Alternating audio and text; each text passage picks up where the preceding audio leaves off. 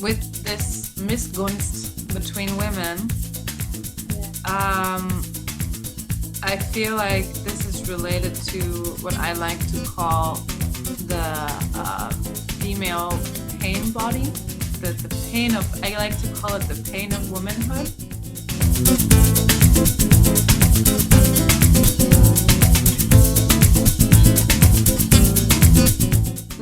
And if we were to, like, all this like ill intention comes from because we see that it's like reflected, and if we were to actually look within ourselves or look into the other and understand why they do the things or what their pain is, we would be reminded of our own pain.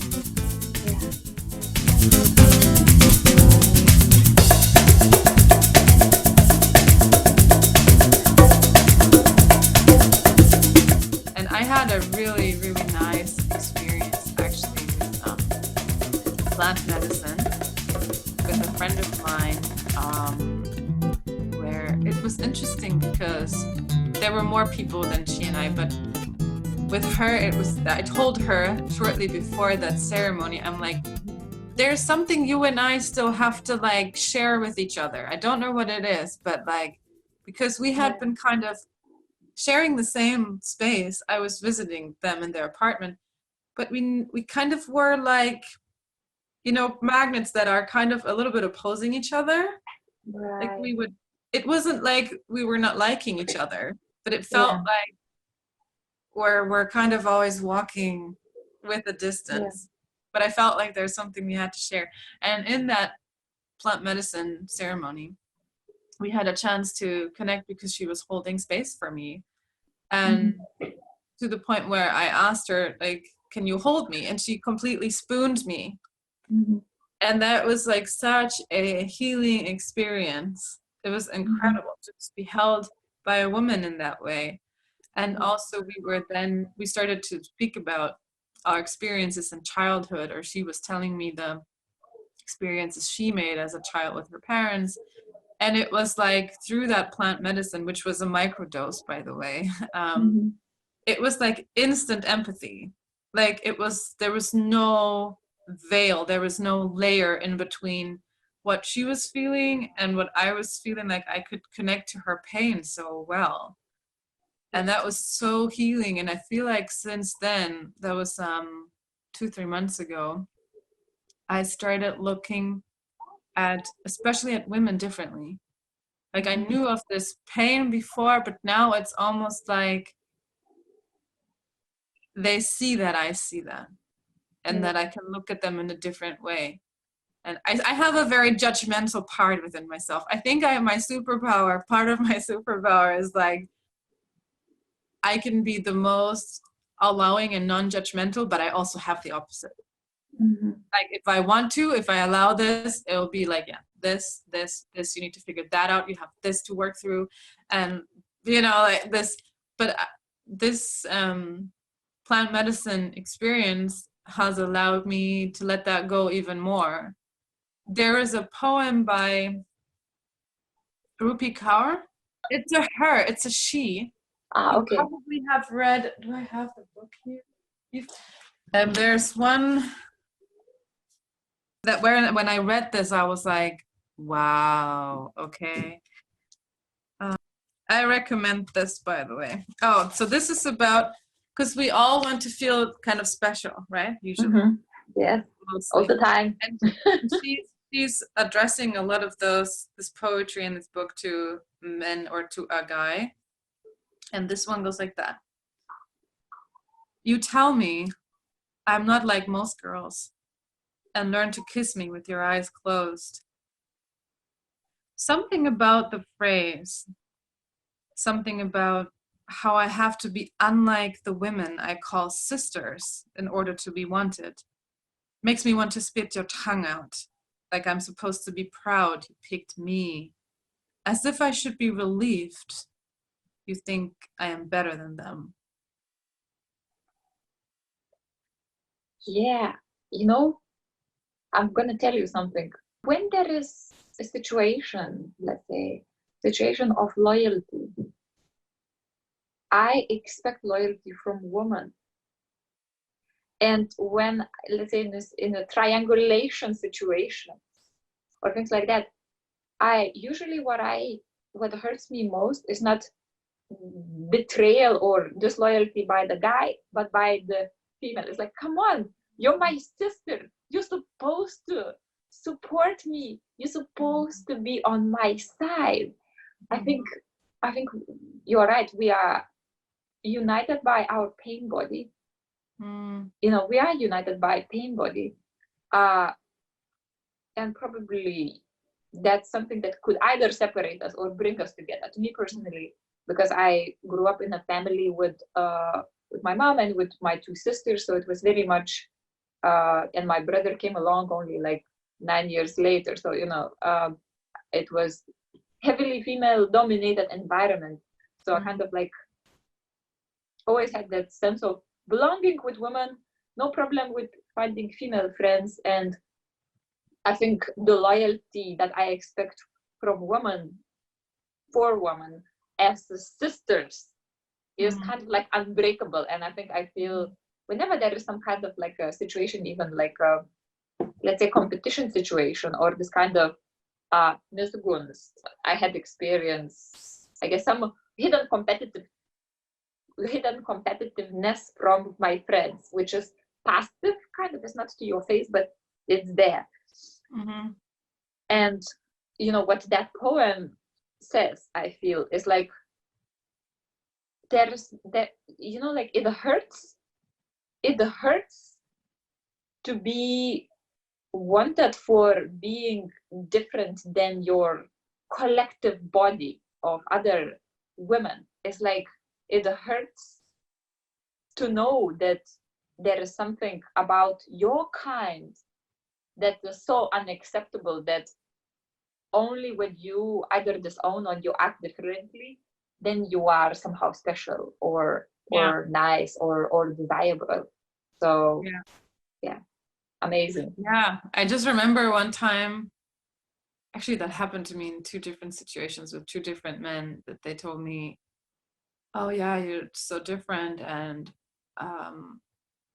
when I go, there's just this guy from the States. It's like, when I'm in Miami, there's only bitches there.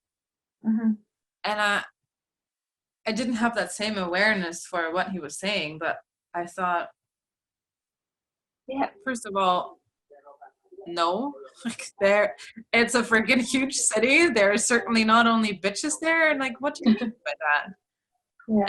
And also, I mean, if you don't like the women that you attract, then maybe check into what you are projecting out in the world.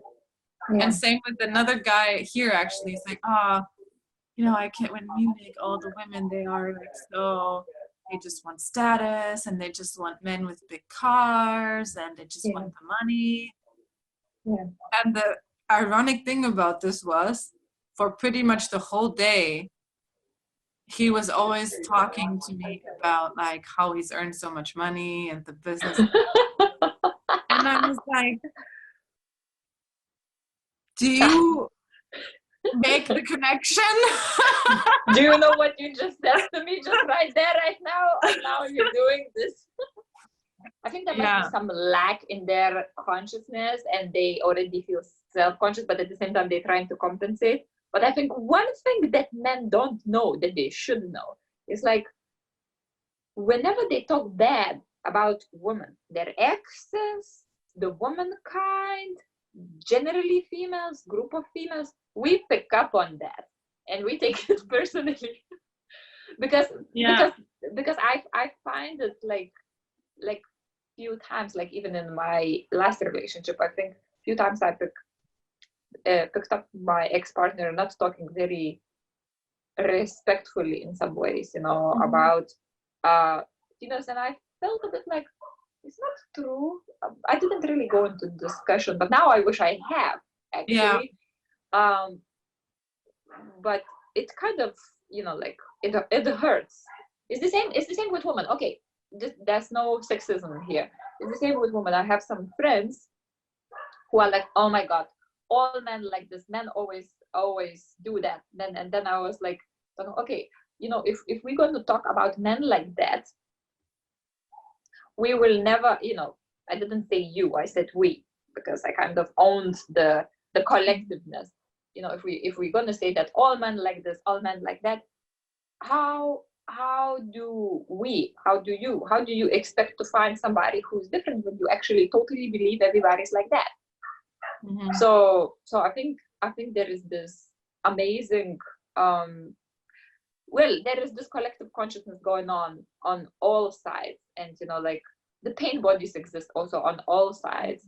And I think when this misguns or this kind of like hidden competitiveness Mm-hmm. manifest in our lives, I think it's very painful, because especially if it comes from our own collective body as a female. That's why it's even more painful, because it's somebody who's supposed to be on our side, at least for me.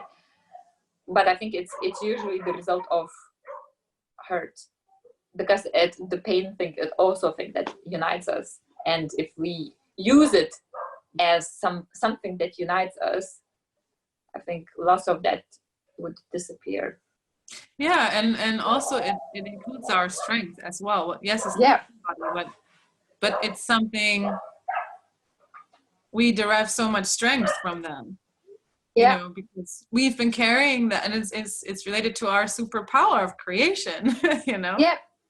I love that you use that German word all the time. I'm gonna just get my dictionary. So let's see if there's actually a real.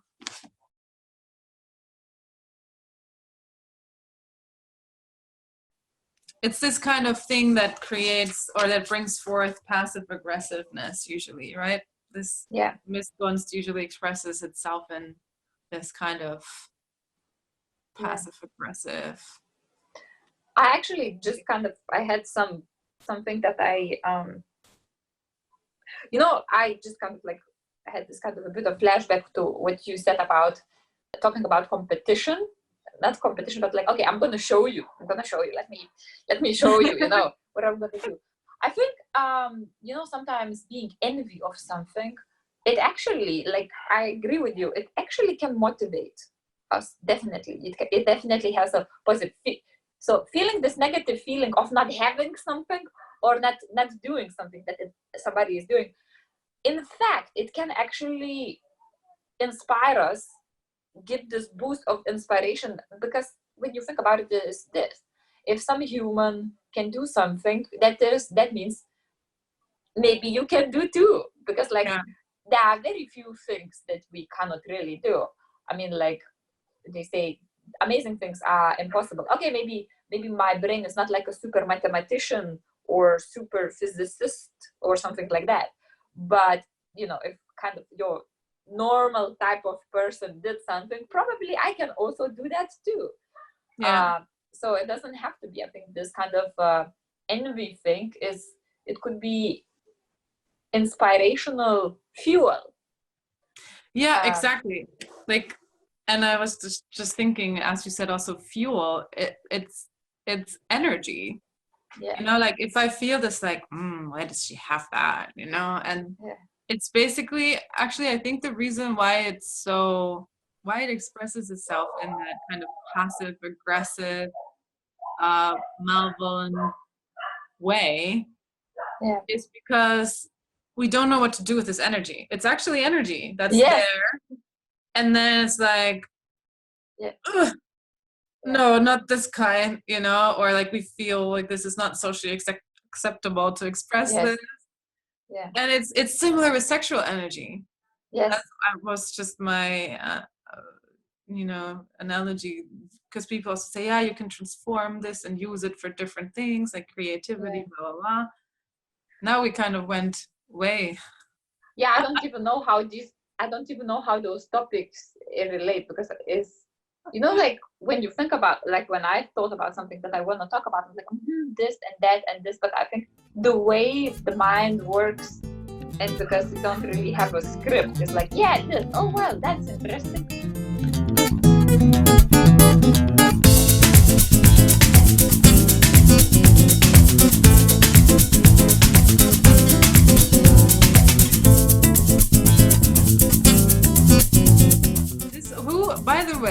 left this dog.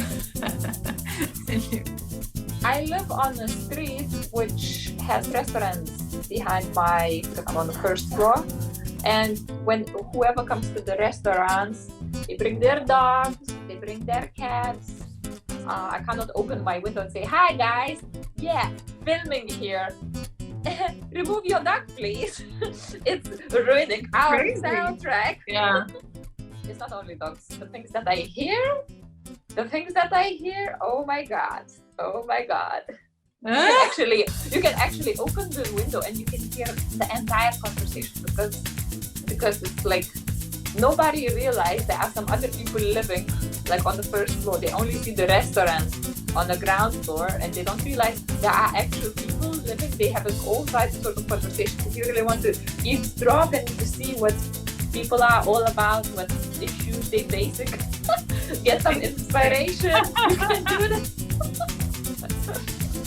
Yeah.